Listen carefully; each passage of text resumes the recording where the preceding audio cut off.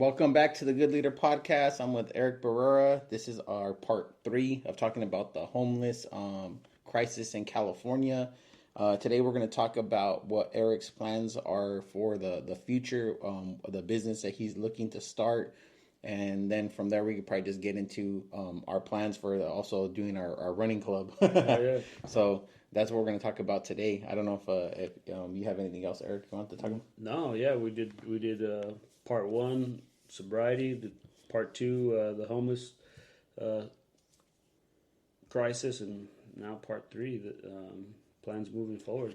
Yeah, and they've all got good responses. Like I've seen everyone in the comments, like for like especially TikTok, they're always very like a couple people have mentioned that their sobriety stuff and things like that, and then of course you always have random people that just say random bullshit about. I gotta check out. I gotta look at it on TikTok. I haven't seen it. I honestly don't even like. I like I don't. I like it and I don't like it because the thing I don't understand is like I understand the people that say like, hey, like they have good things to say, but then you have random people that just say like it's almost like they watch the videos just say what they don't like, and I'm like, is that how you spend your day watching videos that you don't agree with and then comment? Yeah, it's like I don't. So that to me is kind of funny where I'm just like if I don't like something, I literally just look at it and then move on and just keep. Right.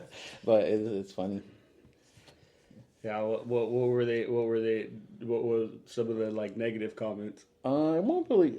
It's just people I think having different perception or different. They don't have the same experience. So like me and my brother did one on Sunday, and then I was using the analogy about talking about fighting, and I said if you're gonna fight someone, and then they say they're gonna bring 10 of their friends and this and that, but they don't really have 10 friends. They're just talking that shit to see if you actually will go. And then when you go, it's just them. And we're using that as kind of how the news kind of puts out like a lot of information, and then they just hope that you just believe whatever they're telling you. Yeah. You know what I mean? Yeah. And then it was funny. Some of the comments were like, "Well, when do you fight 10 people?" And it's like that's not what. And then at the same, it kind of seems stupid because it's kind of like, well, we know that growing up in the 90s, people were getting jumped. There was rumbles and that. So I'm like, I don't know. And because in their minds, like this didn't happen. And it's like it makes me feel like.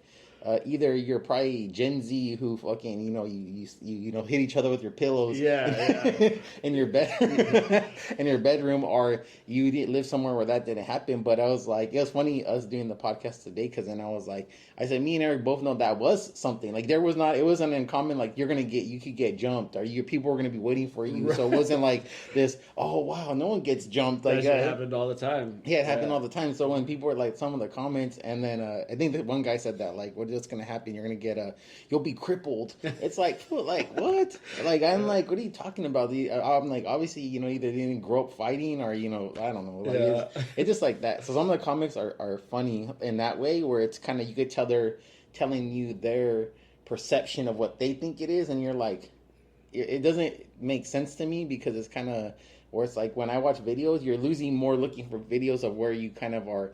Like-minded individuals. I'm not looking like it's like me going on like Kamala Harris things and just to argue with people. Fuck you. Yeah. And so I don't. Yeah, it's kind of like that. So their comments are funny. My this dude Tom that I know from probation, he told me something funny. He's like, yeah, you should just put basically thanks for sharing. Yeah. So I haven't got there yet where I'm kind of being a smartass about it, but I've gotten to the point where I'm just like. There's usually a lot more positive comments, but there's always like these just sporadic ones. Like the other one that was kind of like seemed to irritate people was when I said that people that were 60 and 70 years old that they were kind of gatekeeping and didn't want to retire. They're like, there's no way people are retired by that point. I'm like, no, they aren't. And the government, I don't know if the county's the same thing. I don't know if they're the same way.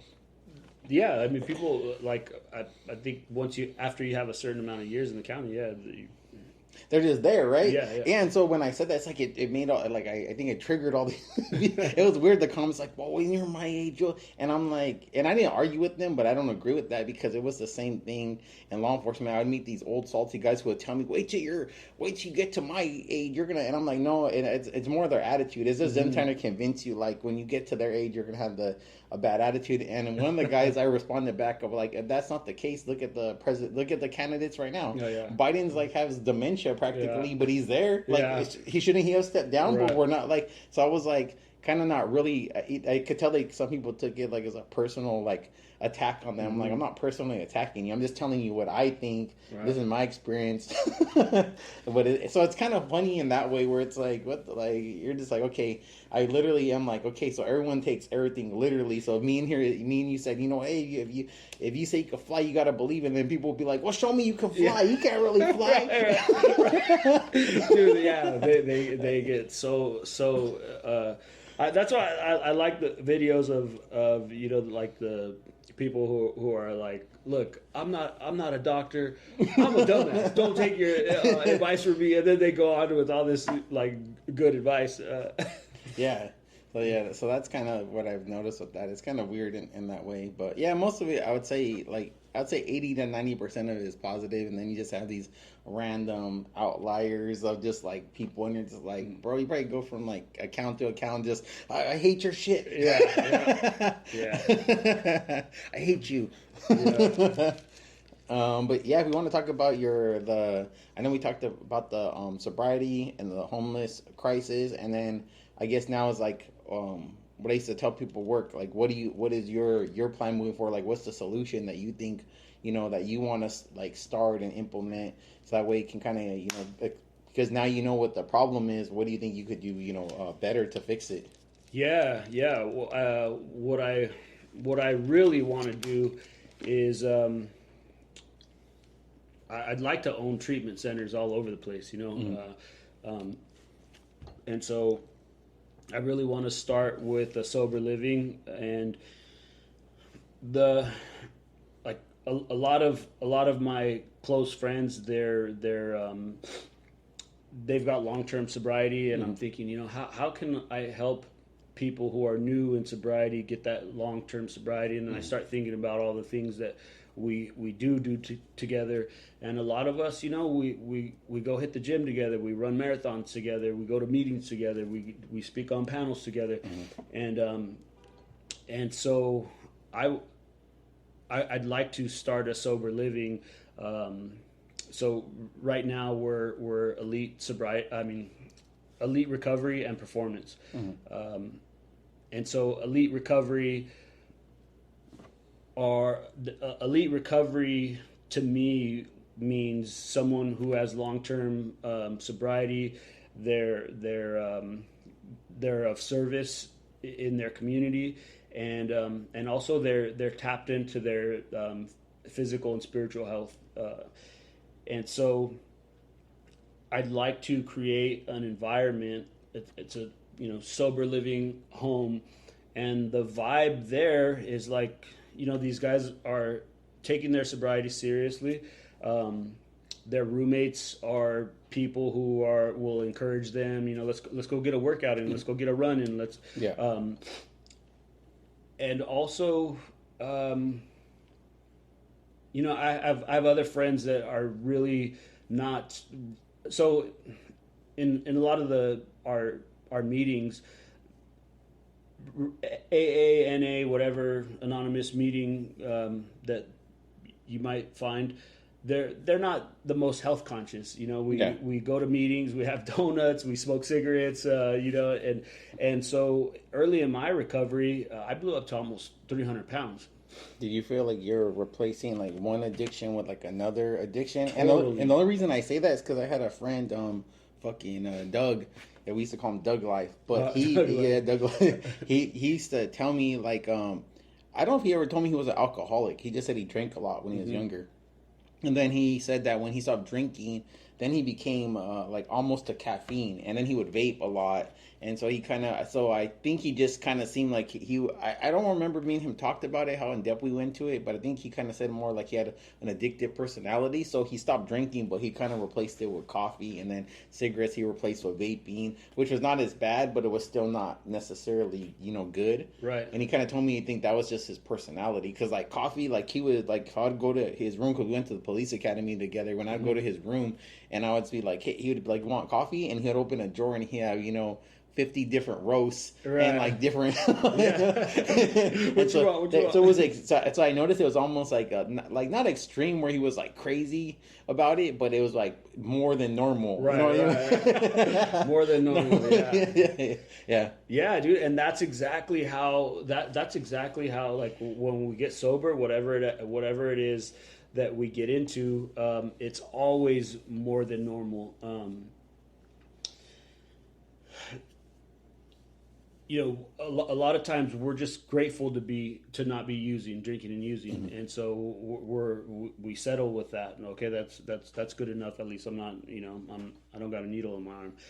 So I'll smoke as many cigarettes and eat as many donuts and drink as many sodas as I want. It's better than drugs and alcohol. But for me, I found myself almost 300 pounds, freaking depressed. Not wanting to drink and use anymore, but not wanting to live anymore. Like this is really what sobriety is about. Like I'm like, miserable. Yeah. And when I would talk to everyone that I would talk to, especially doctors, they're like, man, movement is medicine. We're in the military. We know how important it is to stay active, but it was such a challenge, especially when you're that heavy and you're dealing with mental health. It's a challenge to put on lace up a pair of running shoes and force yourself to go outside. What was it? Was it like the challenge? Was it like physically just felt like you weren't ready, or did you kind of like you said the not living part? Was it like you almost felt like defeated in a way? Like fuck, like I went from one like addiction to now I'm out of shape and now I'm just like this, like I'm just the way I always tell people about what I think happens when people that usually get depressed is like it's not one loss, it's usually a series of losses, and then you feel like you can't come back, like you can't win enough to come back from the loss. You know what I mean? Yeah, it's a lot. It's a lot. Exactly. It's a lot of losses, and it's like the best way. I think everyone's depression could be different. Some people cry, some people are sad, some people are angry. My depression was more fatigue. I was extremely tired, not motivated. I'd procrastinate. I'd be laying on the couch, staring at the TV, not even really not even retaining what I was watching. Yeah. And the whole day would go by, and then I'd go to sleep and go to work, so I started lacing up my shoes, getting out there. I'd try to go on a jog, and every time I forced myself to get out there, I'd get a little bit farther, and then before I knew it, I was able to do a 3-mile run, and I knew that that's what I had to do. I knew I had to get active again, but it was hard. It was a grind, and so that's what I am. That's the environment that I'm trying to provide for people who are new in sobriety is a structured, motivating environment with people who not only want to stay sober, but also want to tap into their spiritual and physical health, because you really don't know what your full potential is until you dial in all those things. Your diet, your mental health, your sleep, your morning ritual, your workout routine, and then I barely realized, like, if I want to win the day, I got to conquer the night. So yeah. I got to be disciplined and lock it down and lights out at a certain time. You got to get the right amount of rest and recovery and things like that.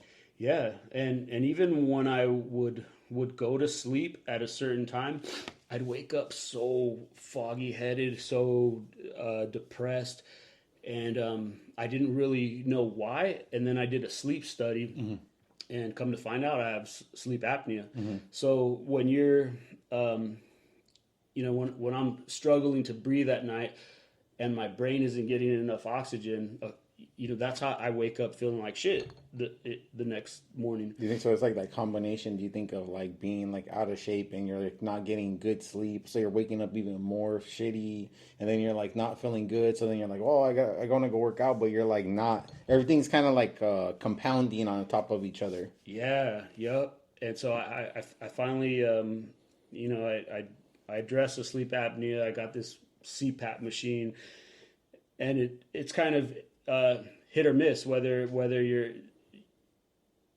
In order for me to keep it on all night, I have to be totally exhausted, and then I'll fall asleep. And sometimes I'll keep it on until the morning, and then I'll wake up feeling like a champ. But most of the time, I rip it off in the middle of the night because it's something on your face. Yeah. So you're not sleeping comfortably. Right. I can't. It's so hard to sleep with that thing.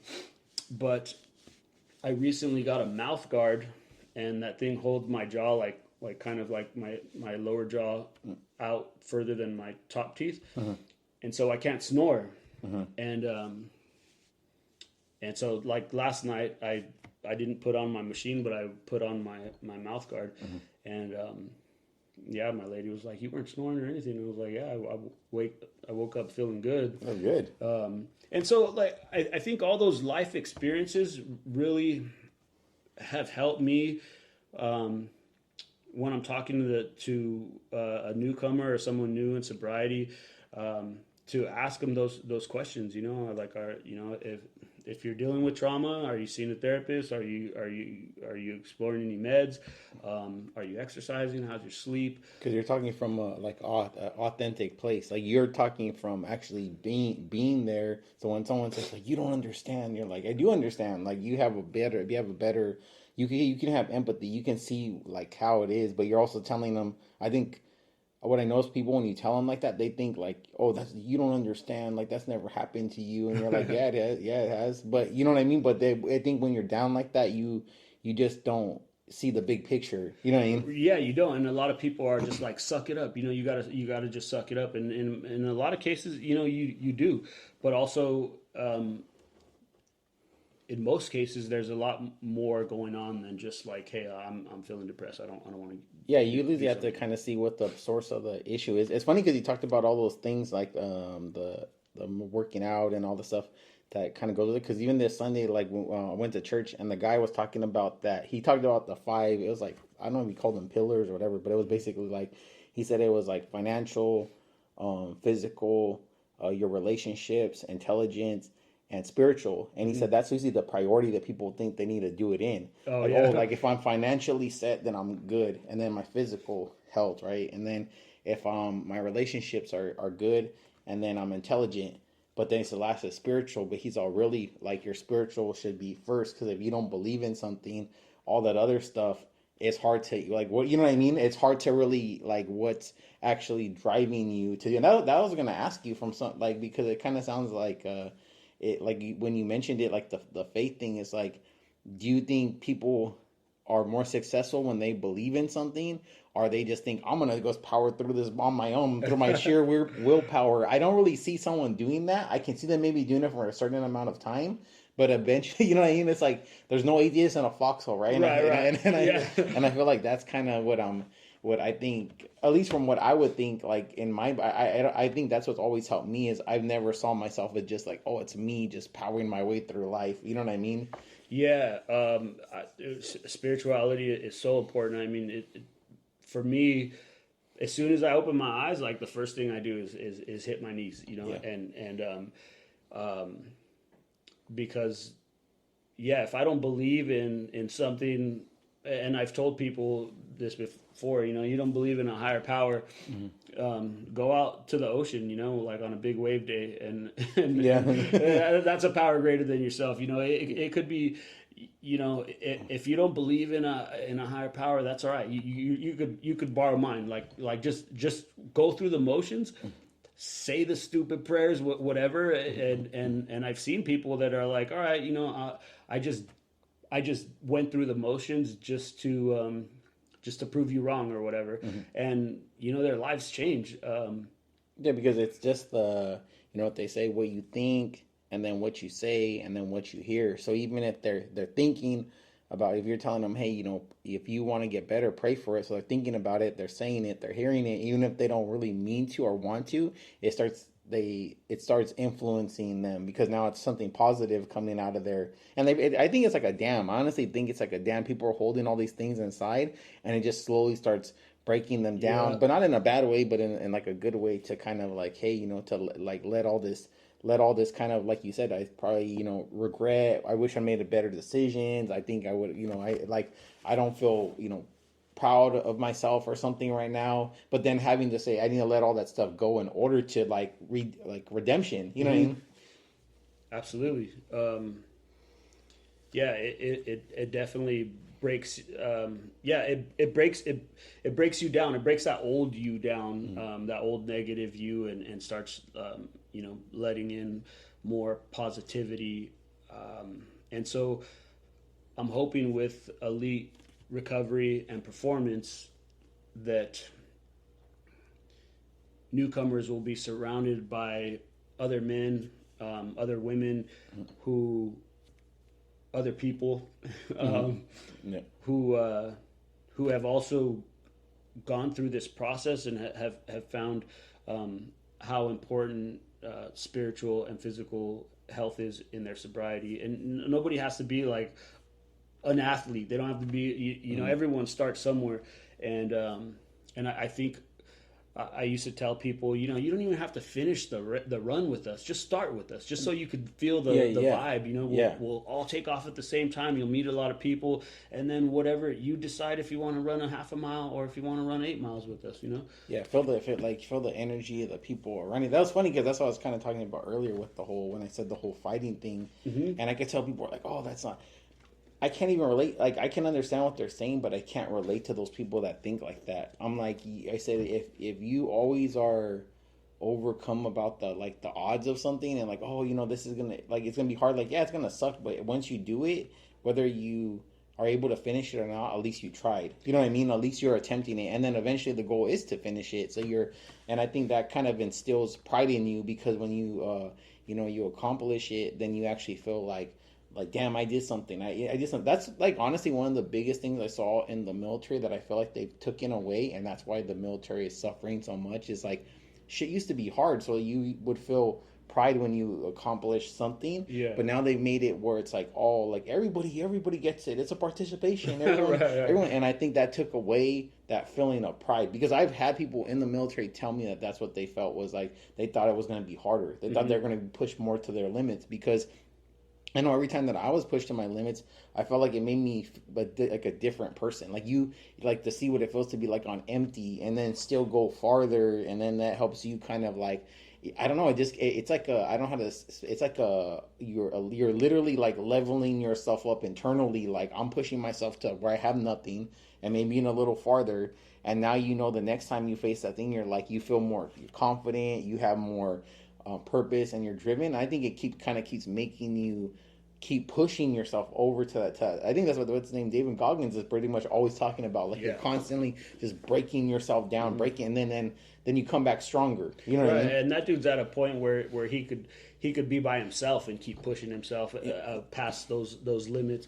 Where a lot of people, exactly what you were describing. For me, if I'm on a hard run, or if I'm doing something difficult and I'm kind of by myself, if I'm just doing it on my own, I might not push myself as hard as I would if I had a group of other people there. And so, like a good buddy of mine, Phil, he said alone we run fast, together we run far. Yeah.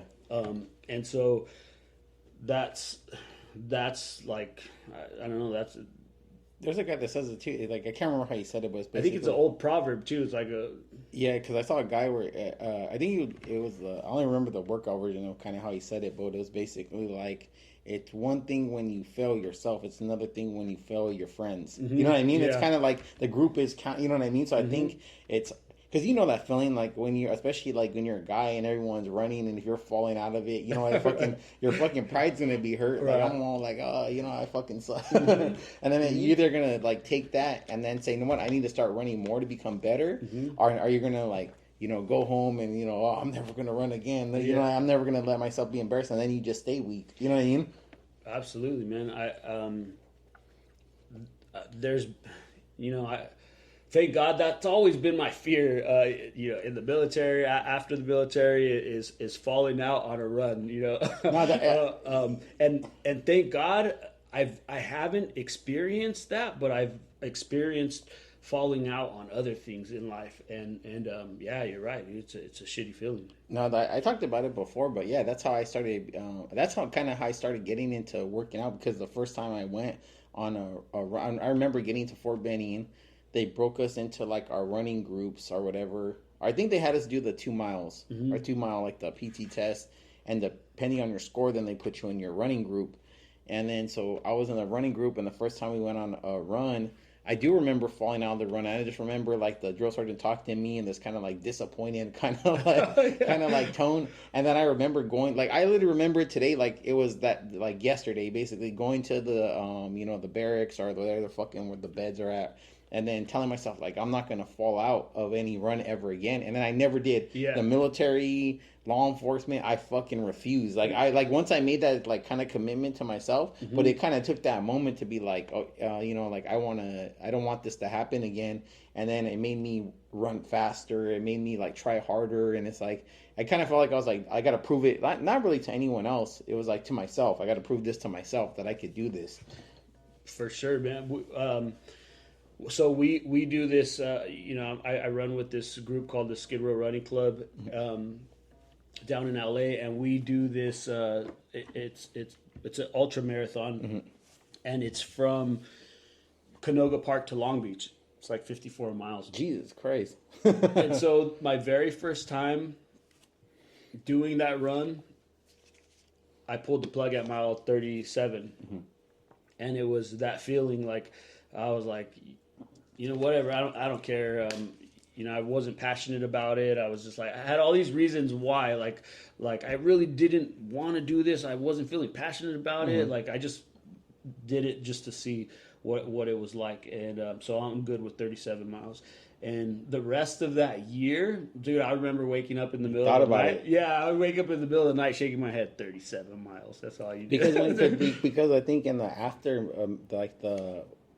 after when something like that happens, is like you kind of realize you're like, okay, it was 37 miles, but really I was 13 miles short. Was it 50 miles? 54 miles, yeah. So you're kind of probably like 17 miles. Yeah. I'm like we're like away. So it's like I was close. I went more than halfway, and you know what I mean. So I think that it kind of haunts you as I think that's what they always say. It's like a little bit of.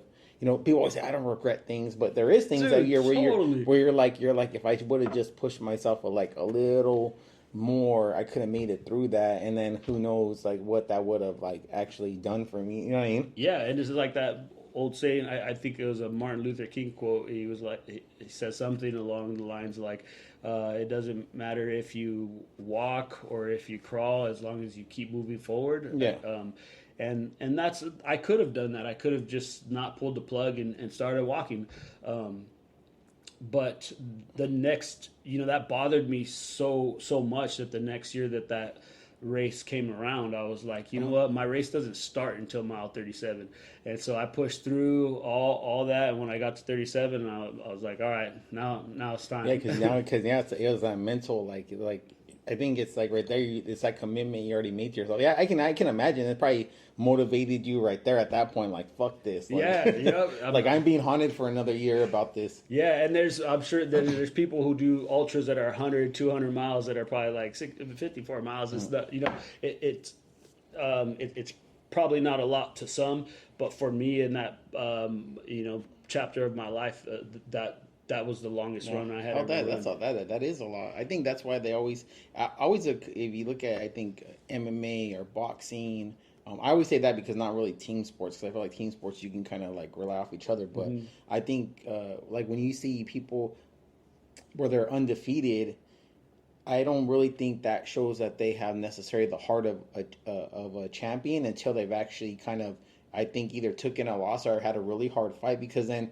it kind of shows like what they're actually made of. And I think like people like them more after, like Mike Tyson, like Muhammad. They weren't undefeated. They were just like something about seeing them like kind of take their losses and then come back and then do it. Where if you see someone that just, always use Ronda Rousey as kind of an example, even though it's kind of like, I know she has her own issues or whatever, but it's kind of like like steamroll through them through division, but then they meet opposition, and it's like when they never are able to like, I don't know if it's like learn from it or come back from it, where like almost like, no, that was a fluke. You know, Right. I think you have to kind of come to it humbly and almost be like, okay, what I need to fix to kind of like be able to kind of like to go back and actually hit your original goal and not be so I think consumed by the doubt and the lack of like, hey, I didn't do this, because I think that could defeat you, where you almost like get, what do they call it? You almost become like gun shy. Absolutely, You know what I mean? yeah, man. And you said it perfectly. Like, what do I need to fix? And that's the attitude to have when we're going through anything that isn't working right in our life, and that's kind of like with elite recovery and performance. The whole idea behind getting that solid foundation and tapping into your physical health is always keeping an eye out for what can I fix. Yeah. And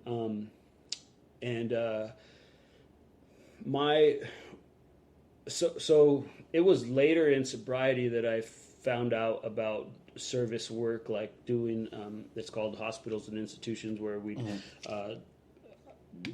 take a commitment to bring myself and a couple other speakers into different treatment centers once a month, and being able to share a piece of yourself to a group of people who are in a detox or sober living. Your role switches from, like, at first you're just trying to get sobriety, but now you're helping someone else get sobriety. You're helping almost give it. And so changing from if someone could change their role from a service recipient to a service provider, it makes us a lot stronger in whatever it is we're doing. So the idea of elite recovery and performance is that everyone who goes through this process, they're not only going to be sober and tapping into their physical health, but they're also going to be encouraged to take these commitments where they go share a piece of themselves to someone who's struggling, and also help bring them through this process.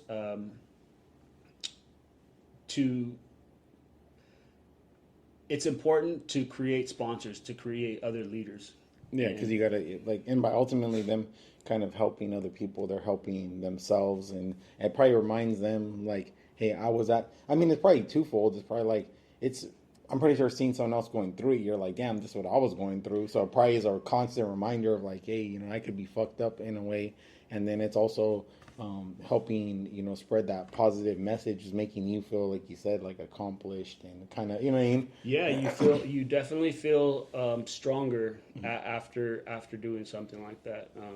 It's almost like, what's that saying? Like, if you learn something, each one teach one type of thing. Yeah, like if you learning something is one thing, but you really understand it when you teach someone. Yeah, teach one. And so it's the same concept. Building sponsors, building leaders, and just like what you have going on. Like everyone around us, we all have similar interests, in wanting to be the best version of ourselves and putting that out into the world. Yeah, because then you kind of like bounce off of each other, like the positivity and talking about things to make things better, instead of like us all being negative. I was thinking about that today, because I was we're gonna do the 300 burpees at the gym again, but the guy Nick that took some of the pictures for the brand. I was gonna tell him so that way he can come.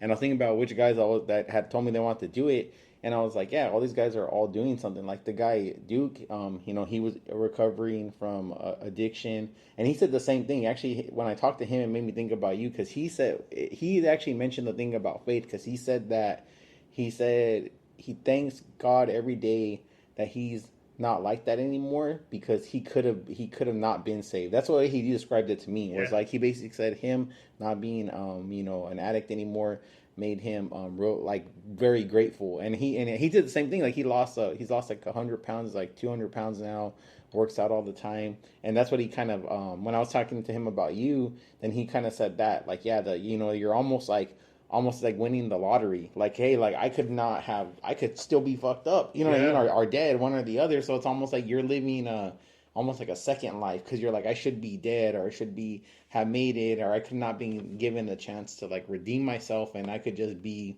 wherever, you know what I mean? Yeah, and that's a common theme with us. We're fortunate to have been able to live two lives. We've lived this crazy. Sometimes it's adventurous and fun, dangerous, but it's also sad and scary. Mm-hmm. Being able to live that life, and then also this fulfilling life that's full of progress and service and integrity. Mm. That's really. I feel like it's so integrity is so important. There's so many times where I have to be honest with myself and call myself out on bullshit for every little thing, even if it's something simple like my lady trips out because whenever we go grocery shopping, I always go run the cart back to the little freaking section, And in my mind, I'm thinking, don't be a piece of shit and leave it there. Put it back. But I'm the same way because in your mind, you're telling yourself, if I don't do the little things, why would I ever do the big things? And people think that they don't equate, but we know from I think the military teaches that it does. It's like, okay, so you don't put that cart back. And so now you're just being, whatever, you're being lazy. So now when you get home, like you don't clean up one day because you're just being, and next thing you know, it's like your house is a mess. You're not putting your shit away. You know what I mean? Hey, I'm not going to go to the gym today because I'm tired. Then you get fat and out of it. Like we know that this all adds up to some, like same thing. Our lady says the same shit. She's like, I like how you are, but I hate how you are. Like, and I'm like, but I said, but this is how I've been. It's like, discipline, the small things add up. Your house clean, your car clean, you work out, nobody's perfect, but you should be putting out way more positivity than you are anything else, not negativity. And all these things always come back. What's crazy was when we were talking about the comments earlier, I said about TikTok, a guy, when I mentioned about you should always do things for people when it comes back to you, he's all, no, it doesn't. Like that was his comment. Right. And that made me just think, it's like, man, what kind of life are you living that you don't think that does? Right. You know what I mean? Yeah. And when I really think it's like, it's not that it's not coming back to you, it's like you're just not seeing it because you're not open to it. Like, I think when you're not open to it, then you're just, like you said, you're just kind of, oh, everything's fucked up for me. Yeah. Yep. Yeah. And worst case scenario, even if it doesn't come back to you when you do something for someone else, when you do something for someone else, it does make you feel a little bit better. Yeah, it's not gonna always come back to you like, hey, I gave this guy $5 and so now I'm gonna get $500, and then right. it's like it just makes you feel better. But it's just, I always look at it like, well, someday you may need help and someone's gonna reach out and help you. You know what I mean? And that's kind of where it comes. It's like that kind of, you're giving someone else grace, so someone's gonna give you grace, or you would hope that they would. And even if they don't, you're kind of still not gonna be deterred of like what your plan is. Your plan of action. But yeah, the Duke, he mentioned that a lot, and I was talking about the burpee thing, but yeah, I thought about it like, the guys that at the gym that I know, it's like, okay, like this guy owns a business, the guy Duke is working on his trucking thing, he's been getting his license, this and that, you're working for the county, the other guys I know are cops. Like, I think I said, we don't all hang out like we're all like in high school or just have nothing else to do. Right. But everyone that is like that I interact with, I'm like, no one's on no bullshit. Like right. Nobody's like, oh bro, I don't know what to do with myself. You know what I mean? And that's what I like, because it kind of says that's how you're supposed to be. Like everyone is working like you're supporting each other, but you're all working on your own stuff also. You know what I mean? Yeah, and most for me, most important too is that they're not doing shady shit. You know, and that's what I appreciate with the our circle of people is we really don't associate with people who are doing shady shit because that it spreads. It's like a cancer. Yeah, you can't. I feel like you can't have like half of cancer where it's like okay, you're doing this, but I'm gonna keep you around because eventually it just starts either spreading to other people where they think it's okay, or it just becomes you're accepting of it. You know what I mean? And you shouldn't be accepting of it. You know what I mean? Yep. So with the lead recovery stuff, so what would you say like from our conversations before, like the things that you learned that don't work? I mean, we could limit it to like 5 things that you think that don't work and 5 things that you think that will work, that'll make your program kind of like different. And I think that will help people kind of understand like, hey, this is what I've learned, because you're talking from actually doing it rather than this like idea fairy of like, you know what I mean? Like, hey, this. Right. I think vetting the right people, like, really, because there's so many people who want to get involved in starting sober living. Let's say they own a couple properties there, and they're like, you know what, let's they're more in it for the financial gains. But if you don't, if they don't have that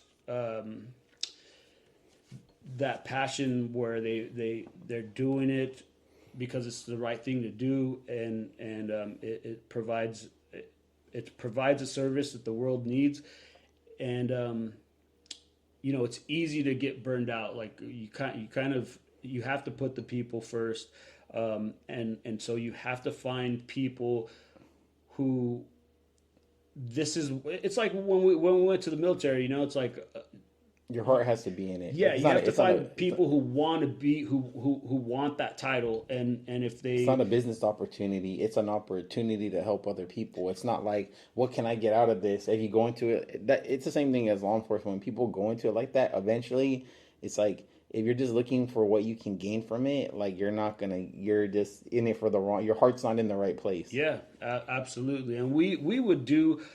I mean, we did all kinds of shit we didn't want to do just to get to that point where we earned that title, and so it's the same way with elite recovery. Is like I really want people who say, hey, how do I get to where you guys are at, and knowing that you're gonna have to do some things you don't want to do. When I first got sober, I couldn't make a good decision to save my life, and the guy who was sponsoring me said, "Dude, whatever it is you feel like you want to do the exact opposite." and so had I have had a sober living like that, where I went into sober living, I had all the sobriety support, and also someone saying, hey, when you have 6 months of sobriety, you're going to get behind this podium and talk to people who are detoxing. And I've had friends that are like, man, I only have like 6 months of sobriety. I don't really have it. I don't have anything to bring to the table. And I'm like, dude, you have 6 months, but you're talking to people who are trying to get 6 days, or 6 hours, whatever. Yeah. You're talking to people who have very little time sober, and so whatever it is that you can bring to the table tell them how you got to where you're at now, that might help, and not only for them but for him as well. So for me, you've heard people say, my years of experience I can teach you in like a couple months. Don't make these mistakes, and follow these steps, and that's kind of like if someone is already where I want to be, chances are they can help me get there without all the mistakes that they made. Yeah, save you some of the, what do they call it, the heartache and the headaches and like you're not doing everything, like you're not reinventing the wheel. Right. Yeah. Absolutely. And so the things for me that I want other people to know that really work are, having a network of like-minded people, solid sobriety, the opportunity to be of service, and also the education on how to physically train yourself. I mean, I've had friends that, we're talking about how important nutrition is. And one of my buddies was meal prepping chicken and something else, and I said, how are you making your chicken? He's like, I'm in oil. frying it. Yeah. And Kentucky Fried Chicken style. Yeah. And so and I realized, like, I remember like thinking I was doing the healthy thing, but really wasn't. And still I still battle with things, a lot of things today.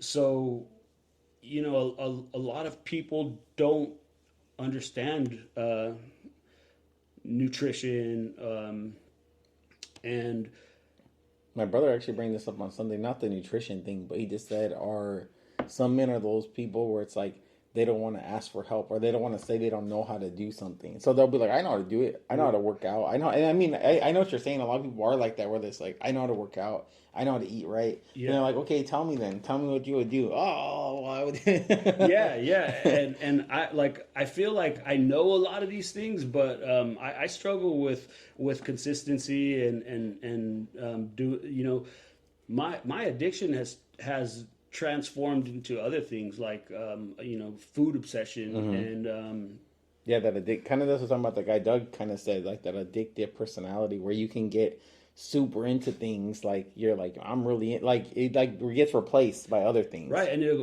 I've seen it ruin people's lives, whether it's food, porn, all kinds of things that guys, we have to be mindful of. Okay, if I do this, then I'm going to feel like this afterwards. So, let's stay accountable and try to feed our bodies and our souls the healthy, Yeah, because you don't want to be like, you don't want to trade one chains for another pair of chains. Like, hey, I'm not addicted to drugs, but now I'm like addicted to watching porn and being fat. You know what I mean? Like, like that. And then all of a sudden you're back at square one again. You're just in a different prison. Right. And man, I've been in all those prisons. I've been in all those prisons, and so I'm glad that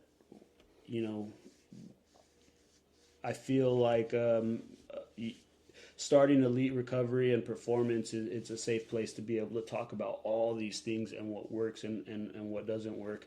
I've been in social services for so long that when I was going through sober livings, nobody taught me how to get enrolled with Medi-Cal or get access, any type of benefits, or talk to a therapist, or try to find more permanent housing. These are things that I've learned over the years, and I think that I could help. I think that I could help people get sober, get in touch with their physical and spiritual best selves, and also get connected to all the social services that we really don't know. A lot of people don't know are out there. Like, you've already done, we call it, like, you already did the legwork. So now you're just basically like, hey, I know I can tell you what to do to get where you're trying to go, rather than you trying to Google it or research it. And now you're saving them time. Right, exactly. And so right now I'm trying to find a property so that we can start this and get this going, and then get a van, so that a lot of the guys that they're going to work, they have to work to pay for their bed, but if we could get a van to go take them to work to our runs, and get them or take them to runs, and then they take off to work after that, or we go hit a workout in the morning, and then you start your day. Just getting that solid routine. It's made a big difference in my life. I know how important it is for me, and so I just want to share it with other people.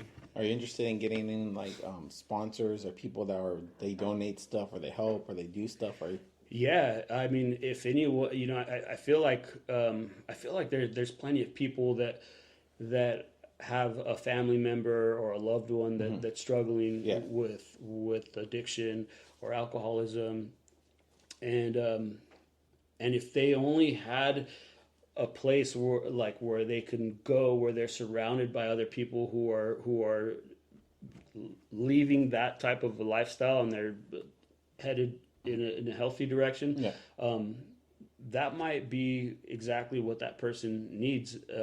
So yeah, if whoever wants to be part of elite recovery and performance, I'm definitely looking for anyone who's willing to get this off the ground with us. We have an Instagram page. It's really new, elite recovery and performance. All right, so I would say that, like, for anyone that's listening, when I put this on the podcast or we put it in the clip, whatever you see part of it, if you're interested in helping in elite recovery and performance, that's the name, right? You're thinking of that? Yeah. Well, elite recovery for short. Yeah, for short. Yeah. And helping out. So when they set it up, so obviously they're going to be looking for a location to house individuals. And hopefully in the future, many locations, right? Yeah. Vans to get them from here to there, and also getting them active in fitness, running clubs, working out, faith-based things. So anyone that's in touch with like a church or something like that probably be able to help. Yeah. And if you're just interested in helping because either you were a recovering addict or you have a family member, because I also think if you're a recovering addict and you're probably not doing anything to help anyone else, you're kind of, I want to say, selling yourself short. Absolutely. A little bit you are, though, because you're kind of like, I would think it's like someone pulled you out of where you were from. I doubt someone just one day just woke up and they just changed their life. You know what I mean? So, this is your chance to give back and to do something and everything like that. And this is, ground level right now doing all the stuff. So if anyone's interested, message Eric at in the Instagram at Elite Recovery and Performance. And, and then you could, network from there, you know what I mean? So hopefully the right person hears it and they feel inspired to do something, and that will help. You know what I mean? Yeah, man, I'm stoked about like us, partnering up with Lost Souls Running Club, and seeing what we could do there, and keeping our guys involved with the Skid Row Running Club.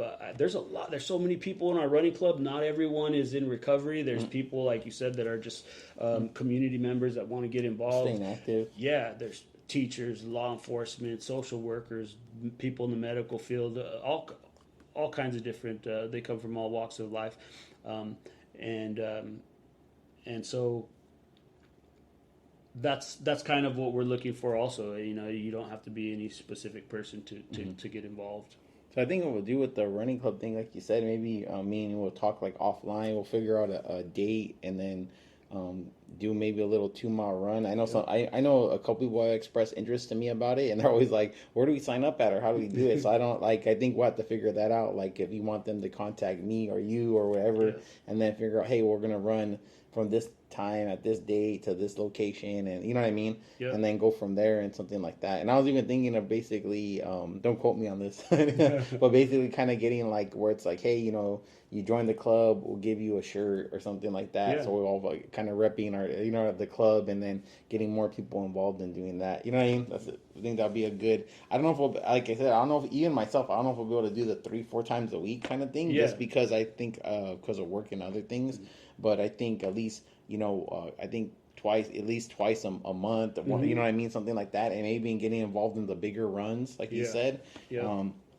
And then networking with the Skid Row running club, say, hey, if we're not running enough for you, you can also go run on the Skid Row running clubs, and kind of vice versa. You know what I mean? Yeah, that club definitely runs every Monday and Thursday at 6 a.m. And we start at 6th and San Pedro in front of the Midnight Mission. And then Saturdays we start at 7 a.m. right at the Rose Bowl in Pasadena. And so everyone's welcome. All fitness, fitness levels are welcome. There's a spot for you. Yeah. No, that's cool, definitely. So that's going to be the Lost Souls Running Club. So Lost and then Souls, like Souls of a Shoe. The design's up on goodleader.shop if you want to see the shirt, what we're kind of going with. And then, I think that'll be cool. I think it'll be cool to kind of eventually build up maybe that the club over here in Ventura County to the level it is at LA. And then, because I know people have been telling me about I think you told me and someone else told me about the run here that's from like the Santa to the sea. I think that's what, like 20 miles. I don't know what it is. It's a marathon, I believe. It's 26.2 miles. I think you can either do the half marathon or the full one. Mm-hmm. So I think that would be cool to start doing that. So I guess we'll figure out some of the logistics and then put that out to everyone and start getting. Yeah. And so cool. Anything else to say? Anything good? No, man. That's it. If you want to email me any information or any support, my email address is ericb9460@gmail.com. That's Eric with the C, ericb9460@gmail.com. Cool. I'll get I'll use the email because I think I've emailed you before, right? So I'll put it in the description or something, and then I'll put your Instagram handle too, so that way it'll be easier for people to contact you. Cool. So cool. We're gonna wrap it up with that. It's been about an hour, and then join us for more. I'm pretty sure we'll do more podcasts, talk about more stuff, and especially when we start running and doing things like that. So it'll be cool. Get out of the house for a little bit. Yeah. Nice. All right.